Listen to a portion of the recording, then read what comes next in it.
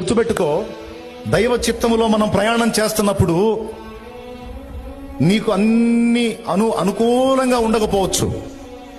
ఎప్పటికప్పుడు విశ్వాసం మీద ఆధారపడతా నువ్వు నడుస్తూ ఉండొచ్చు. కానీ గుర్తుపెట్టుకో, అంతిమ విజయం నీదే. Praise the Lord. అంతిమ విజయం నీదే. గెలుస్తావు నువ్వు అంతే. ఎందుకంటే నువ్వు దైవ చిత్తంలో నిలిచున్నావు. నువ్వు అది నీ ప్లస్ ఏంటంటే, నీకు పిచ్చితనంగా అనిపించినా సరే దైవ చిత్తం చేయాలని ఫిక్స్ అయ్యావు. అర్థం పర్థం లేని పనులు అనిపించినా సరే అవి చేయడానికి ఇష్టపడ్డావు.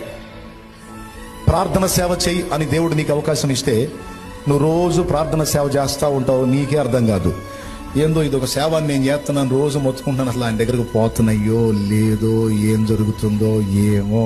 నీకు తెలుసా దేవుని దగ్గరికి చేరిందో లేదో, నా సేవకి ప్రతిఫలం ఉందో లేదో, జవాబు ఉందో లేదో అని నువ్వు అనుకుంటున్నావు కదా. నువ్వు ప్రతిరోజు చేసే విజ్ఞాపనలన్నీ ఆయన దగ్గరికి చేరుతున్నాయి.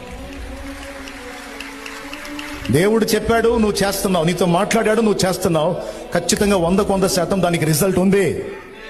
నీకు తెలీదు, నువ్వు ఎక్కడో 4 గోళ్ల మధ్య మోకాళ్ళని నువ్వు చేస్తున్న ప్రార్థన మొర్ర దేవుని చిత్తమని నువ్వు ఎరిగి చేస్తున్నావు కదా. అది చాలా మంది జీవితాలను కాపాడుతుంది, చాలా మంది దైవజనుల్ని కాపాడుతుంది, చాలా మంది విశ్వాసుల్ని కాపాడుతుంది, చాలా మంది అన్యజనుల్ని రక్షణలోనికి రావడానికి దేవుడు నీ ప్రార్థనను వాడుకుంటున్నాడని గుర్తుపెట్టుకో. నీ ప్రార్థనను ఆయన వింటున్నాడని గుర్తుపెట్టుకో. అది ఎప్పుడు వేస్ట్గా.